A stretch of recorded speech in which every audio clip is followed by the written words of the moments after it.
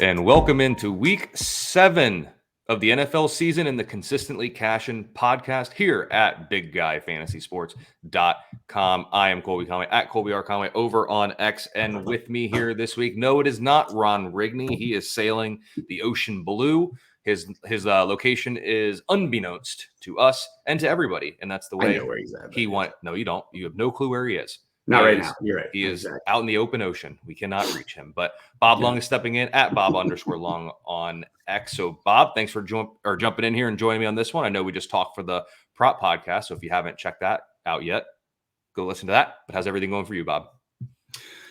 Doing good. Little scratchy. Well, not scratchy throat. Just a lot of sinuses.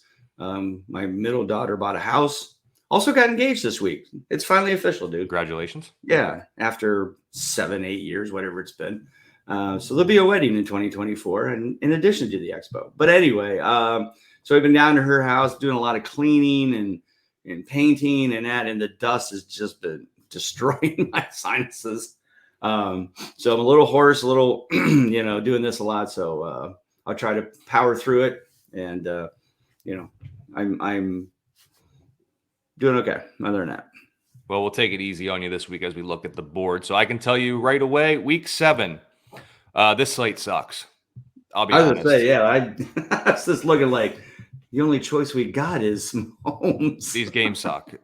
There's some good ones and a lot of bad ones. It's really bad. Like when you look at the top end here at quarterbacks, you got 2 facing off against each other.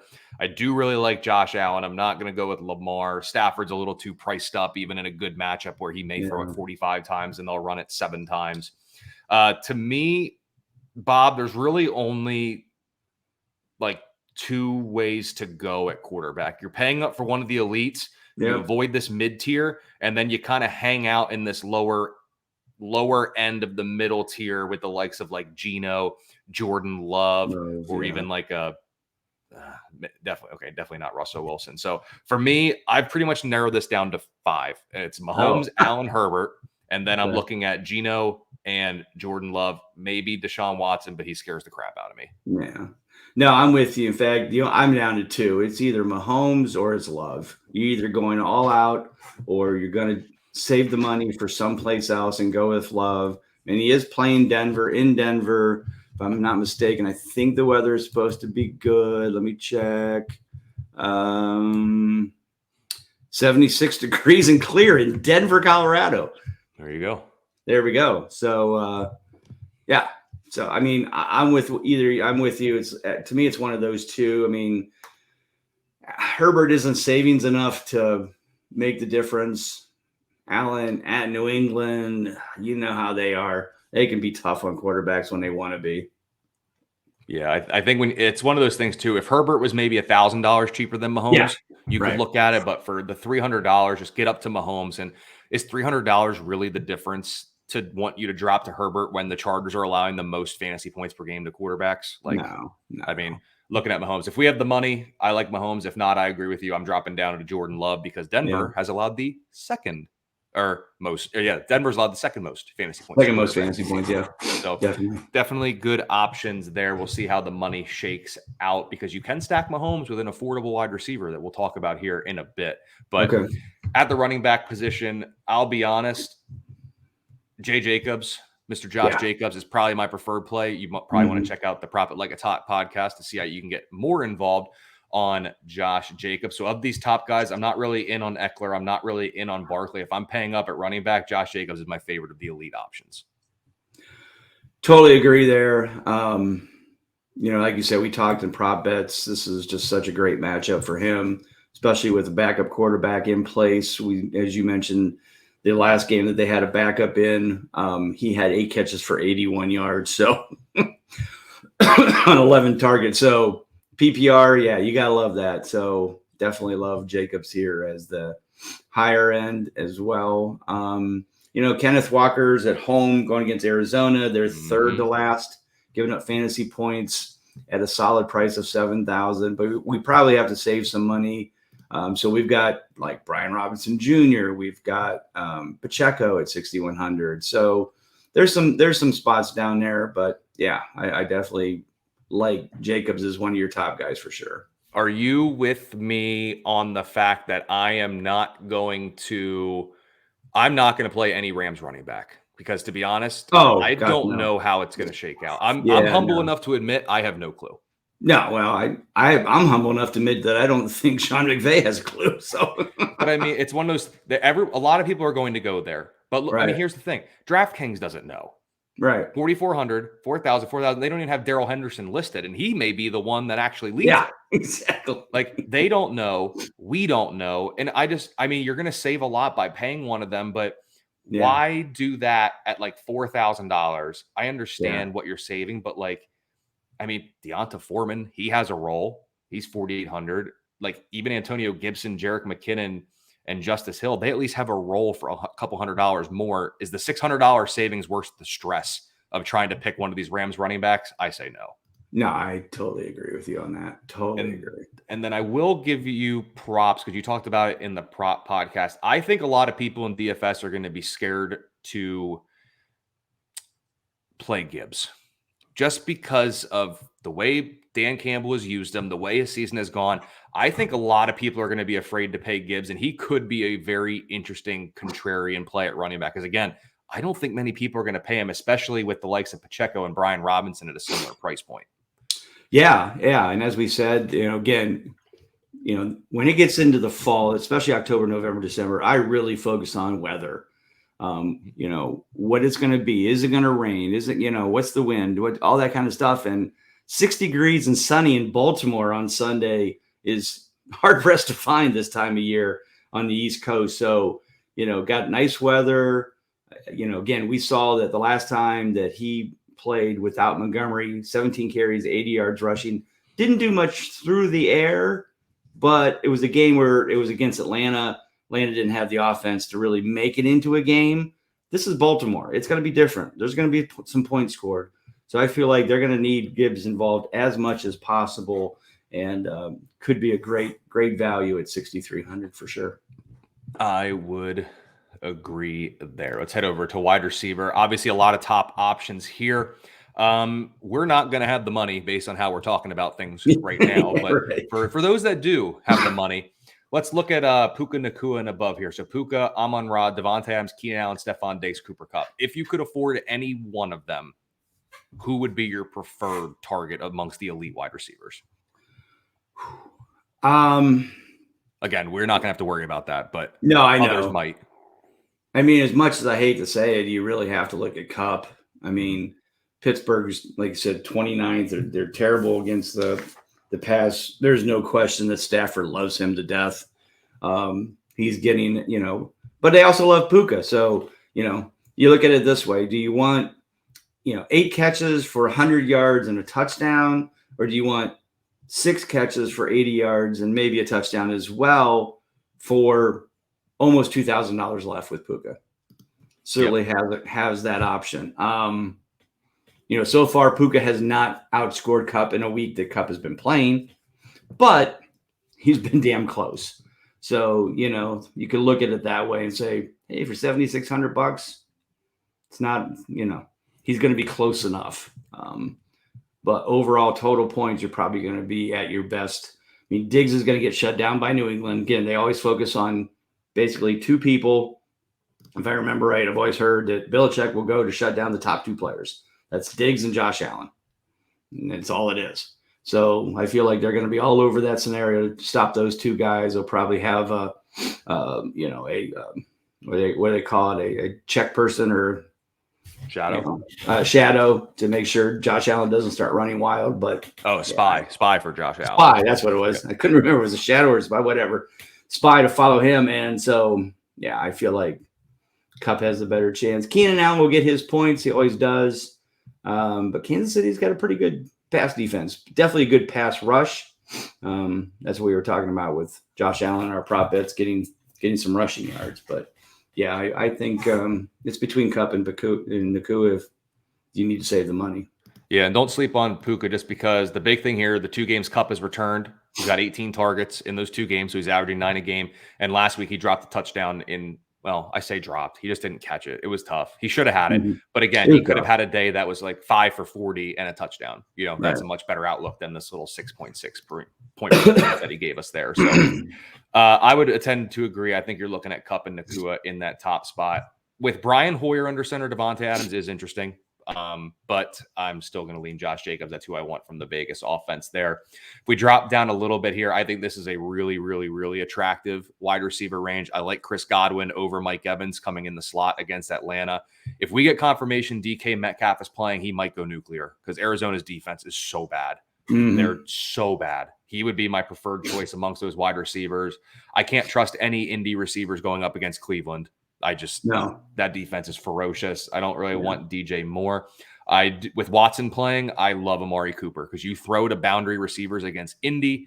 That is how you beat them. And it just so happens that Indy, they look a little bit better in terms of fantasy points allowed to the position, but they are still not good, allowing over 1,000 yards this season and 6 scores to wide receivers. So I think in this mid-tier, Amari Cooper at $6,100 seems to be the best value, especially with Watson back under center, presumably.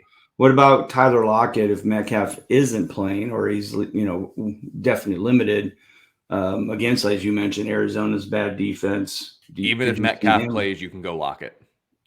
I have no problem. I have no problem going with Lockett. It's one of those things where, honestly, if Metcalf were to not play, which I don't think is going to be the case, I mean, Lockett can't really play anymore. Like, he already gets enough. JSN would probably get the biggest bump if Metcalf were to go out. Yeah. But I really like Tyler Lockett. And I think if a lot of people go to Metcalf, you can pivot over to Lockett and be just fine. So I definitely like him. If we come down a little bit here, Christian Watson is my preferred Green Bay receiver just because Denver's so bad. He's bound to get a big play. No, that's a good value. Obviously, like Zay Flowers. And then on the other side of that Arizona-Seattle game, I like Marquise Brown. I think he's in the best spot going up against a Seattle defense, which, believe it or not, has allowed the most fantasy points per game to receivers this season. So Marquise Brown is in play for me as well. Anybody down here, Bob, that kind of catches your eye? I will give a quick shout out to Rashee Rice. He is the wide receiver 1 for Kansas City. Wide receiver 1, not pass catcher 1. Wide receiver 1. Right. I was actually just going to mention that Rice is all the way down to 4,700. I mean, like you said, there's just a lot of good value here. We also talked about Deontay Johnson in our prop bets about him getting a lot of volume this week with his first game back against the Rams. They're going to need to throw the ball to stay in this game at at $5,000. That's not a terrible value as well. So, I mean, I think there's just a lot of solid options that if we go Mahomes early, and like you said, maybe you stack Rice with him at 4,700. A lot of good stuff there. Let's go over to tight end. The price gap here between Kelce and Andrews is rather significant. Obviously, Kelce's the top option. We both agree on that in this matchup. And just to kind of make things a little bit sweeter, Kelce in his last 5 games against the Chargers, this dates back to 2021, 7 for 104, 10 for 191 and 2 touchdowns, 5 for 51, 6 for 115 and 3 touchdowns. If you have the money, I would look at Travis Kelce. Outside of that, I really like Mark Andrews this week. Detroit's allowed the 6th most fantasy points to tight ends on the season, so I think he finds himself in a very good spot.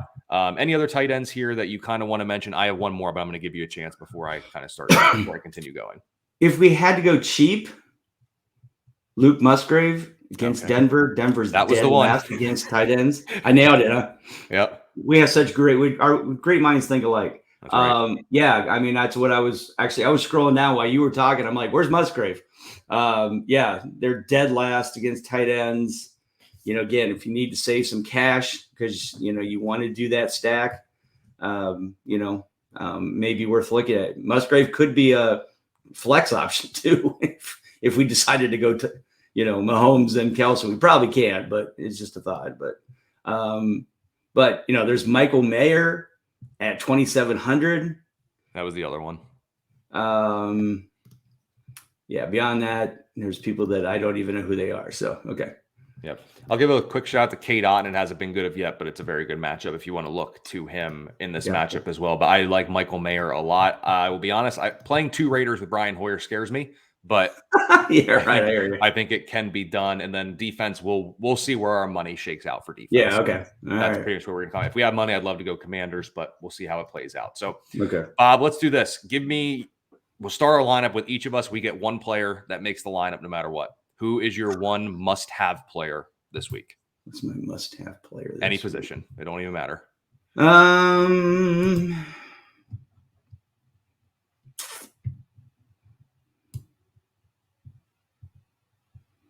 Tough one, huh? Do you have two? I mean, shoot, we might be able to go two if you're stuck between two. I'm not stuck between two. They all have. I'm so torn of like. I mean, I think we have to go Mahomes. Okay. That's I guess the one. But we'll just have to see how the money shakes out after that. We might have to pivot to Love, but yeah. No, I think we'll be okay. I'm going to put Josh Jacobs in.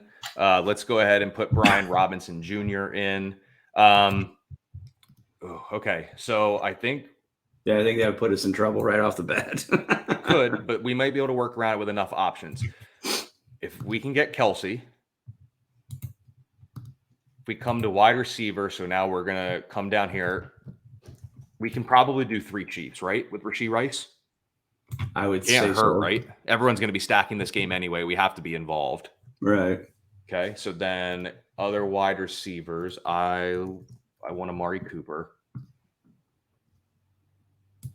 So then if we keep coming down, so now we're at 32. Now it's going to get a little bit interesting. Oh, yeah. But it's not to say it can't be done. Should we pivot away from Cooper and come down into this 43, well, I guess not, 4,500 to 5,700. I mean, where we had like Christian Watson, Marquise Brown, Deontay Johnson, those kind of people. Yeah. So if we'll put Marquise Brown in, so instead of Cooper, we'll go with him. We come down a bit more. So we could look at like Josh Palmer on the other side of that game. I mean, if we're going to go with 3 Chiefs, we probably want 1 Charger because we're going to say they're going to score a lot. So if we go Josh Palmer, that's 5,700. We may be able to do this. Watch this. Kelsey. Oh, you have Robinson in. I was going to say. Okay. Double tight end. Okay, those aren't very good defenses. Oh, you're putting Musgrave in. I see what you're doing. I'm trying to think what the last defense that I would be comfortable playing is. How far? Oh, it goes down to 2,000. Yeah, I don't really want doing. We can't do Chargers because we're playing multiple. All right, what if we're really close with this build, actually. So I actually don't even want to mess too much with it. What if we came down from wide receiver? Where's my JSN was involved more than he was last week. It's a really good matchup.